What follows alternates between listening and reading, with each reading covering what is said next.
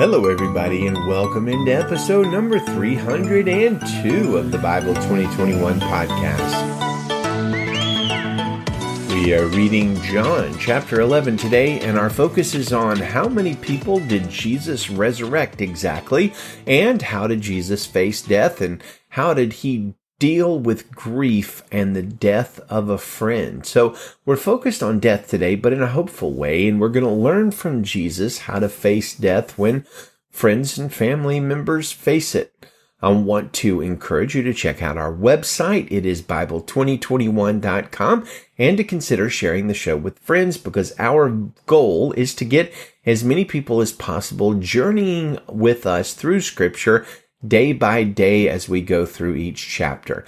Now, when asking the question, how did Jesus face death? I'm not talking about when he faced his own death before the cross, but how he acted and reacted when he faced the death of others, those close to him. As mortals, we will all face the death of friends, family members, and those we know at some point. It's one of the most universal human experiences there is, and it would likely benefit us to see how Jesus faced death. Multiple times in the Bible, Jesus encountered the death of those close to him. Now, almost certainly, Jesus lost his father Joseph to death at a fairly early age. Now, we can't prove this, but there's almost no mention of Joseph after the childhood of Jesus, but several mentions of his mother Mary. Very likely, Joseph survived at least until when Jesus moved to Nazareth, because he's mentioned in passing by those in Capernaum, which is actually around 20 miles or so away from Nazareth, where Jesus grew up. John 6:42 says, "They were saying, 'Isn't this Jesus, the son of Joseph, whose father and mother we know?'" However, Joseph isn't mentioned in John 2 at the wedding of Cana, nor does he appear in any narrative apart from, like what we just read in John 6, somebody saying that he was the father of Jesus. Joseph doesn't really appear anywhere after Jesus' childhood, and this could explain why Jesus stayed home until he was around 30, caring for his mother and siblings. Now, beyond any sort of reasonable doubt, Joseph would have been dead when Jesus was crucified, because Jesus gave the care of his mother to John the disciple, which would have been really quite incredibly strange were Joseph still somehow alive. So Jesus faced the death of his father, but we don't know anything about it because the Bible doesn't record it. Jesus saw other deaths, however, and we do see his reaction and actions in the midst of those deaths. For instance, upon being presented in Luke chapter 7 with the heart-wrenching sight of a widow who had lost her only surviving son, Jesus moves into action. We take it up in verse 11. Afterward, Jesus was on his way to a town called Nain. His disciples and a large crowd were traveling with him, and as he neared the gate of the town, a dead man was being carried out. He was his mother's only son, and she was a widow. A large crowd from the town was also with her, and when the Lord saw her, he had compassion on her and said, "Don't weep." Then he came up and touched the open coffin, and the pallbearer stopped, and he said, "Young man, I tell you, get up." So in this case, Jesus faced death with compassion and power, raising this man to life after telling his mother not to weep. Now, in another instance, the very next chapter, actually, in Luke 8 and Mark 5, we see how Jesus dealt with the death of a synagogue ruler named Jairus, his daughter. And I'll read from the Mark 5 passage. Verse 35, while he was still speaking, people came from the synagogue leader's house and said, "Your daughter is dead. Why bother the teacher anymore?" Which, I mean, good heavens, what a rude thing to say. Verse 36, we continue. When Jesus overheard what was said, he told the synagogue ruler, "Don't be afraid, only believe." He did not let anyone accompany him except Peter, James, and John, James's brother. They came to the leader's house, and he saw a commotion, people weeping and wailing loudly. He went in and said to them, "Why are you making a commotion and weeping? The child is not dead, but asleep." They laughed at him, but he put them all outside. He took the child's father, mother, and those who were with him, and entered the place where the child was. Then he took the child by the hand and said to her, "Talitha cum," which is translated, "Little girl, I say to you, get up." Immediately the girl got up and began to walk. She was 12 years old, and at this they were utterly astounded. So what did Jesus do here facing death? Well, he told the father not to fear, but only believe. Then Jesus actually throws out the people in that house who were disbelieving and laughing, which is pretty interesting. Does that kind of doubt and behavior create an atmosphere that is antithetical to healing and miracles? And I guess it would appear so based on passages like Matthew 13:58, which says, "And he did not do many miracles there because of their unbelief." How did Jesus confront death in Jairus' daughter's house? Well, he encouraged those impacted by the death to not be afraid and to believe, and he raised the dead girl to life, and he pushed away all of those who were doubters. Now, one other note of interest, a bit of a rabbit trail, but pretty interesting one. In the Luke 8 account of Jairus' daughter being resurrected, verse 55 says, "Her spirit returned, and she got up at once." And this tells us so much about the spiritual aspects of death. When one dies, their spirit separates from their body. We'll maybe talk about that at a later date in some of the epistles of Paul. And that gets us to today's reading in John 11. How many people did Jesus raise from the dead? Well, probably quite a few, but believe it or not, the Bible only records 3 people that Jesus raised from the dead: Jairus' daughter, the widow of Nain's son, and Lazarus. How did Jesus face the death of his dear friend Lazarus? Well, first, he did it with a great faith and a concern for his Father's glory. We see that very early on in John 11, verse 4, which says, "When Jesus heard about Lazarus being sick, he said, 'This sickness will not end in death, but is for the glory of God, so that the Son of God may be glorified through it.'" The fact is that at this time, even early on, Jesus somehow, some way knew Lazarus had died when he said the sickness will not end in death, and yet Jesus was absolutely right. This sickness did not end in death. Well, death happened in the middle. Life happened after that. Jesus was also concerned for the faith of the disciples, as we see a few verses later. In verse 13 says, Jesus was speaking about the death of Lazarus, but they thought he was speaking about natural sleep. So Jesus then told them plainly, "Lazarus has died. I'm glad for you that I wasn't there so that you may believe." Well, Jesus knew Lazarus had died. He knew he would resurrect him, and Jesus knew that doing so would bolster the faith of his disciples. And so far, we don't see Jesus getting really emotional here in John 11 at the death of a dear friend. But wait, because when Jesus gets to Bethany and sees the suffering and sadness of Martha and Mary, also his friends and the sisters of Lazarus, things change. We pick up in Mark 11, verse 32. As soon as Mary came to where Jesus was and saw him, she fell at his feet and told him, "Lord, if you'd been here, my brother would not have died."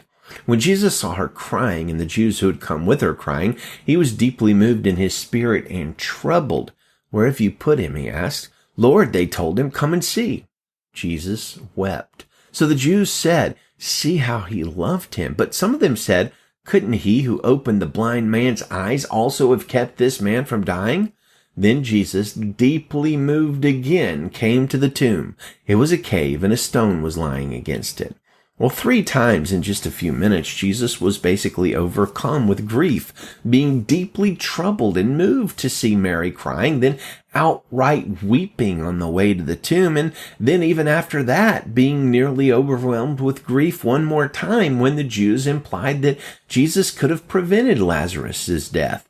And then, of course, Jesus shows us that he is Lord over the death, and he calls forth Lazarus from the grave, raising him to glorious life. So, in summation, how does Jesus deal with death? How did he face the death of a dear friend? How did he face death when he encountered it just seemingly randomly? Well, we see in these accounts, all of them, that Jesus faced death with faith, great faith and assurance that the resurrection was coming for these people. But even with his great faith, he still showed and demonstrated great compassion, and he even wept and was obviously and deeply moved in the face of grief. And Jesus demonstrates for us how we are to face death, with great faith, with great compassion, and with great grief. Weeping is okay. It's expected. Jesus wept even though he knew Lazarus was about to come back to life. Breaking down and being deeply moved in the face of death is okay. It's appropriate. It's exactly what Jesus did. And yet, with him and like him, we maintain faith. Perhaps we won't see our loved one raised to life after 4 days in the tomb, but we are a people of the resurrection, and we know by faith that we will see them again by the power and might of Jesus. So let's also face death with faith. Let's go ahead and read our passage, John chapter 11, verse 1 in the Christian Standard Bible. Now a man was sick, Lazarus from Bethany, the village of Mary and her sister Martha. Mary was the one who anointed the Lord with perfume and wiped his feet with her hair, and it was her brother Lazarus who was sick. So the sisters sent a message to him, Lord, the one you love is sick. When Jesus heard it, he said, This sickness will not end in death, but is for the glory of God, so that the Son of Man may be glorified through it. Now, Jesus loved Martha, her sister, and Lazarus, so when he heard that he was sick, he stayed 2 more days in the place where he was. Then after that, he said to the disciples, Let's go to Judea again. Rabbi, the disciples told him, Just now the Jews tried to stone you, and you're going there again? Aren't there 12 hours in a day? Jesus answered. If anyone walks during the day, he doesn't stumble because he sees the light of this world. But if anyone walks during the night, he does stumble because the light is not in him. He said this, and then he told them, Our friend Lazarus has fallen asleep, but I'm on the way to wake him up. Then the disciples said to him, Lord, if he's fallen asleep, he will get well. Jesus, however, was speaking about his death, but they thought he was speaking about natural sleep. So then Jesus told them plainly, Lazarus has died. I'm glad for you that I wasn't there so that you may believe, but let's go to him. Then Thomas, called Twin, said to his fellow disciples, Let's go too, so that we may die with him. When Jesus arrived, he found that Lazarus had already been in the tomb 4 days. Bethany was near Jerusalem, less than 2 miles away. Many of the Jews had come to Martha and Mary to comfort them about their brother. As soon as Martha heard that Jesus was coming, she went out to meet him, but Mary remained seated in the house. Then Martha said to Jesus, Lord, if you'd been here, my brother wouldn't have died. Yet even now I know that whatever you ask from God, God will give you. Your brother will rise again, Jesus told her. And Martha said to him, I know that he will rise again in the resurrection at the last day. And Jesus said to her, I am the resurrection and the life. The one who believes in me, even if he dies, will live. Everyone who lives and believes in me will never die. Do you believe this? And Yes, Lord, she told him, I believe you are the Messiah, the Son of God who comes into the world. Having said this, she went back and called her sister Mary, saying in private, The teacher is here and is calling for you. As soon as Mary heard this, she got up quickly and went to him. Jesus had not yet come into the village, but was still in the place where Martha had met him. The Jews who were with her in the house, consoling her, saw that Mary got up quickly and went out, and they followed her, supposing that she was going to the tomb of Jesus. As soon as Mary came to where Jesus was and saw him, she fell at his feet and told him, Lord, if you'd been here, my brother wouldn't have died. When Jesus saw her crying, and the Jews who had come with her crying, he was deeply moved in his spirit and troubled. Where have you put him? He asked. Lord, they told him, come and see. Jesus wept. So the Jews said, see how he loved him. But some of them said, couldn't he who opened the blind man's eyes also have kept this man from dying? Then Jesus, moved again, came to the tomb. It was a cave, and a stone was lying against it. Remove the stone, Jesus said. Martha, the dead man's sister, told him, Lord, there's already a stench because he has been dead 4 days. And Jesus said to her, didn't I tell you that if you believed, you would see the glory of God? So they removed the stone. Then Jesus raised his eyes and said, Father, I thank you that you heard me. I know that you always hear me, but because of the crowd standing here, I said this so that they may believe you sent me. After he said this, he shouted with a loud voice, Lazarus, come out!